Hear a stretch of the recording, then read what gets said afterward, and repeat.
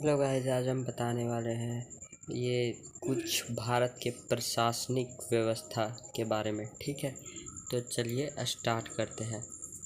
पहला क्वेश्चन है, हमारे देश का नाम क्या है। ठीक है, तो भारत के बारे में मैं बता रहा हूँ। तो भारत, उसके बाद सेकंड क्वेश्चन है, ठीक है, हमारे देश को और किन नामों से जाना जाता है। तो उत्तर है, भारत के अतिरिक्त इस देश को जम्बूद्वीप, आर्यावर्त, भारतवर्ष और हिंदुस्तान या हिंद तथा इंडिया के नाम से भी जाना जाता है। ठीक है, इंडिया भी कहते हैं इसको। अब थर्ड नंबर क्वेश्चन है, तो थर्ड नंबर क्वेश्चन, भारतीय संविधान में इस देश को किस नाम से पुकारा गया है। तो भारत एवं इंडिया, ठीक है, यही दो नामों से पुकारा गया है।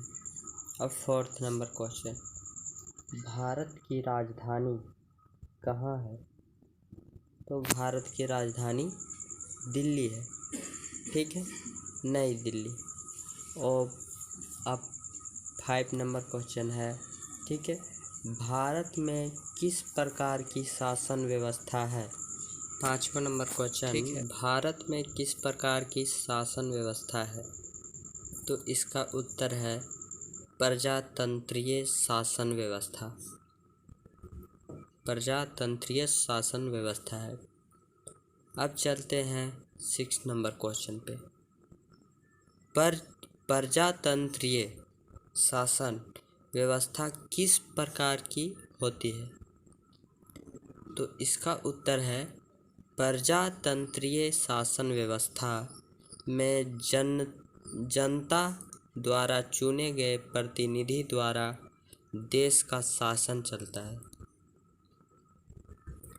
अब 7 नंबर क्वेश्चन है, भारत देश का प्रधान कौन होता है। तो भारत देश का प्रधान राष्ट्रपति होता है। ठीक है, प्रेसिडेंट।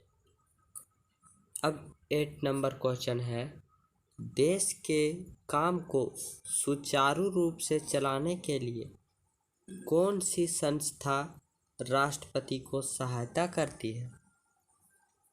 तो इसका आंसर है संसद, पार्लियामेंट। अब 9th नंबर क्वेश्चन है, संसद के मुख्य अंग कौन कौन से हैं। तो इसका उत्तर है लोकसभा एवं राज्यसभा। अब 10th नंबर क्वेश्चन है, लोकसभा क्या है। तो लोकसभा यह एक संस्था है जिसमें देश की जनता द्वारा चुने गए प्रतिनिधि आते हैं। अब 11 नंबर क्वेश्चन चलते हैं, लोकसभा के सदस्य को क्या कहा जाता है। तो लोकसभा के सदस्य को सांसद या संसद सदस्य कहा जाता है, या फिर मेंबर ऑफ पार्लियामेंट इंग्लिश में। ठीक है, मेंबर ऑफ पार्लियामेंट भी कहा जाता है। अब 11 नंबर क्वेश्चन, लोकसभा के सदस्य को क्या कहा जाता है, सांसद या संसद सदस्य, यानी कि मेंबर ऑफ पार्लियामेंट कहा जाता है। ठीक है। अब 12th नंबर क्वेश्चन, लोकसभा के सदस्यों की अधिकतम संख्या कितनी है। लोकसभा के सदस्यों की अधिकतम संख्या कितनी है। तो याद रखिएगा 545। ठीक है, 545 संख्या है अधिकतम, ज़्यादा से ज़्यादा। और राष्ट्रपति लोकसभा के कितने सदस्यों को मनोनीत करता है। राष्ट्रपति लोकसभा के कितने सदस्यों को मनोनीत करता है। तो इसका जो राइट आंसर है वो होगा 2 सदस्यों। अब चलते हैं 14 नंबर क्वेश्चन पे। राज्यसभा क्या है? तो राज्यसभा क्या है? उत्तर है इसका, राज्यसभा वह संस्था है जिसमें राज्यों से विधानसभा के सदस्यों द्वारा सदस्य चुनकर आते हैं। अब 15 नंबर क्वेश्चन है, राज्यसभा के सदस्य को क्या कहा जाता है? तो राज्यसभा के सदस्य को क्या कहा जाता है? उत्तर है सांसद या संसद सदस्य, MP, यानी कि वही मेंबर ऑफ पार्लियामेंट। अब 16 नंबर क्वेश्चन है, राज्यसभा में सदस्यों की संख्या कितनी है? राज्यसभा में सदस्यों की संख्या 250 है। अब 17 नंबर क्वेश्चन, राज्यसभा में राष्ट्रपति कितने सदस्यों को मनोनीत करता है? राज्यसभा में राष्ट्रपति कितने सदस्यों को मनोनीत करता है? तो इसका उत्तर है 12 सदस्यों को मनोनीत करता है। 17 नंबर क्वेश्चन है, राज्यसभा में राष्ट्रपति कितने सदस्यों को मनोनीत करता है? तो इसका आंसर है 12। अब 18 नंबर क्वेश्चन, मंत्रिपरिषद क्या है? तो इसका उत्तर है राष्ट्रपति के कामों में सहायता करने वाली संस्था मंत्रिपरिषद कहलाती है। यानी कि राष्ट्रपति के कामों में, जो प्रेसिडेंट के कामों में सहायता करती है, ठीक है, करने वाली संस्था जो होती है वो मंत्रिपरिषद कहलाती है। ठीक है। अब 19 नंबर क्वेश्चन देखिए, मंत्रिपरिषद का प्रधान कौन होता है? तो मंत्रिपरिषद का प्रधान देश का प्रधानमंत्री होता है। ठीक है, प्रधानमंत्री ही होते हैं, प्राइम मिनिस्टर। देश का प्रधानमंत्री कौन होता है? तो देश का प्रधानमंत्री लोकसभा में बहुमत दल के नेता को ही प्रधानमंत्री बनाया जाता है। यानी कि लोकसभा में बहुमत दल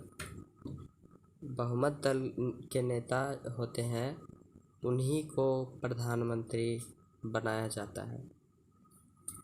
अब 21 नंबर क्वेश्चन, मंत्रिपरिषद काउंसिल ऑफ मिनिस्टर के सदस्य कौन होते हैं? काउंसिल ऑफ मिनिस्टर के सदस्य कौन होते हैं? तो इसका उत्तर है मंत्रिपरिषद के सदस्य मंत्री कहलाते हैं तथा यह लोकसभा या राज्यसभा के सदस्य होते हैं। क्वेश्चन नंबर 22, लोकसभा का कार्यकाल क्या है? तो लोकसभा का कार्यकाल 5 वर्षों का ही होता है। ठीक है, 5 वर्षों का। इससे पहले भी इसे भंग किया जा सकता है। यानी कि 5 वर्ष अगर अच्छा से काम नहीं किया, ठीक है, तो इससे पहले भी भंग किया जा सकता है। 5 वर्ष के पहले भी उनको हटाया जा सकता है। ठीक है, लोकसभा का कार्यकाल। अब 23 नंबर क्वेश्चन, राज्यसभा का कार्यकाल कितने समय का होता है? तो राज्यसभा का कार्यकाल 6 वर्षों का है। यह अस्थाई सदन है। ठीक है। अब 24 नंबर क्वेश्चन, राष्ट्रपति की अनुपस्थिति में, यानी कि जब राष्ट्रपति नहीं प्रेजेंट होते हैं, ठीक है, अब्सेंट हो जाते हैं, में उसका उत्तरदायित्व कौन संभालता है? जब कभी भी प्रेसिडेंट अब्सेंट हो जाते हैं, ठीक है, तो उनका जो उत्तरदायित्व होता है, उनका काम चलाता है, तो कौन उसका काम कौन संभालता है? तो इसका उत्तर है उपराष्ट्रपति। जो वाइस प्रेसिडेंट होते हैं तो वो ही उपराष्ट्रपति इनके काम को संभालते हैं, ठीक है, उत्तरदायित्व को संभालते हैं। और 25 नंबर क्वेश्चन, राज्यसभा का सभापति कौन होता है? तो राज्यसभा का सभापति उपराष्ट्रपति होता है, उपराष्ट्रपति, ठीक है, यानी कि वही वाइस प्रेसिडेंट ही होते हैं। क्वेश्चन नंबर 26, राष्ट्रपति का चुनाव कैसे होता है? तो राष्ट्रपति का चुनाव कैसे होता है? उत्तर है लोकसभा, राज्यसभा तथा राज्यों के विधानसभा के सदस्य मिलकर राष्ट्रपति का चुनाव गुप्त मतदान द्वारा करते हैं। यानी कि राष्ट्रपति का जो चुनाव होता है उनमें लोकसभा का भी बैठक होता है, राज्यसभा तथा राज्यों के विधानसभा के सदस्य मिलकर, ठीक है, राष्ट्रपति का चुनाव करते हैं और वही लोग मतदान कर सकते हैं और ऐसे ही राष्ट्रपति का चुनाव होता है। 27 नंबर क्वेश्चन, उपराष्ट्रपति का चुनाव कैसे होता है? यानी कि वाइस प्रेसिडेंट का चुनाव कैसे होता है? तो इसका जो राइट आंसर है वो होता है लोकसभा तथा राज्यसभा के सदस्य मिलकर देश के उपराष्ट्रपति का चुनाव करते हैं। यानी कि लोकसभा और राज्यसभा के सदस्य मिलकर, ठीक है, देश के उपराष्ट्रपति का चयन करते हैं, चुनाव करते हैं। अब 28 नंबर क्वेश्चन, राष्ट्रपति का कार्यकाल क्या होता है या फिर कितने वर्षों का होता है? तो राष्ट्रपति का कार्यकाल 5 वर्षों का होता है, 5 वर्षों का होता है। और 29 नंबर क्वेश्चन है, उपराष्ट्रपति का कार्यकाल क्या होता है? तो इनका भी सेम होता है, यानी कि राष्ट्रपति और उपराष्ट्रपति दोनों का कार्यकाल 5 वर्ष का होता है। अब देखिए 30 नंबर क्वेश्चन, राष्ट्रपति को मासिक वेतन कितना मिलता है? यानी कि प्रेसिडेंट का जो मंथली है वो 1,15,000 रुपये, ठीक है, 1.5 लाख रुपये। अब 31 नंबर क्वेश्चन, उपराष्ट्रपति को मासिक वेतन कितना मिलता है? वाइस प्रेसिडेंट, तो वाइस प्रेसिडेंट का जो मंथली इनकम है वो है 1,25,000, यानी कि 1,25,000 रुपये, ठीक है। चलते हैं नेक्स्ट क्वेश्चन की ओर। 31 नंबर क्वेश्चन है, उपराष्ट्रपति को मासिक वेतन कितना मिलता है?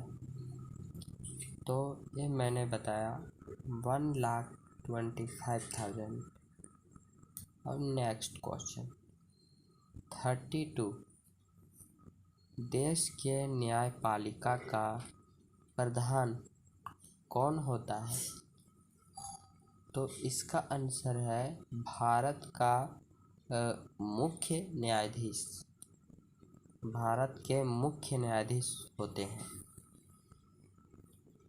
अब 33 नंबर क्वेश्चन, भारत का सर्वोच्च न्यायालय कहाँ है?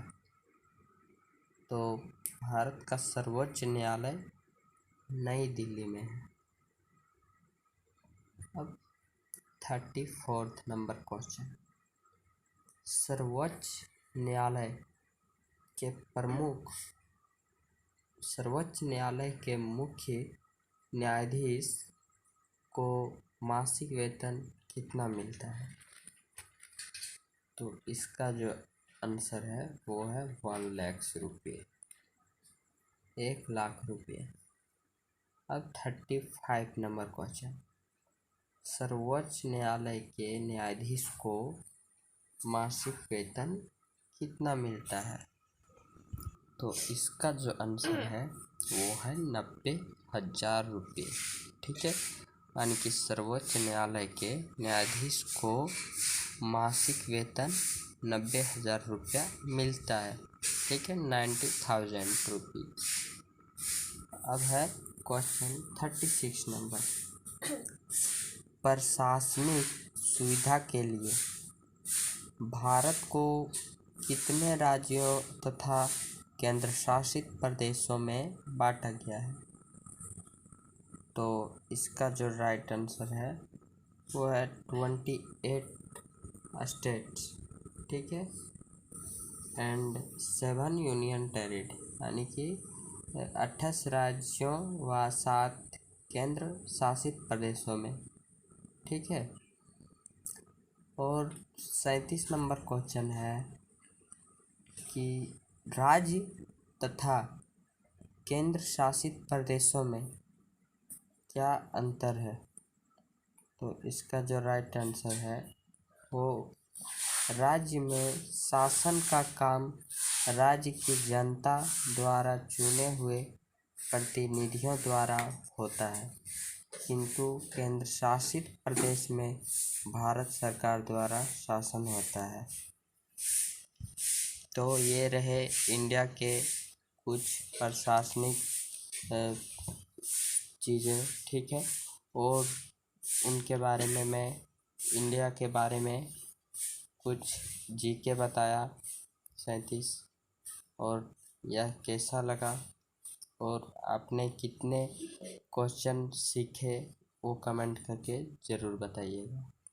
Thanks for watching, bye. मिलते हैं नेक्स्ट वीडियो में।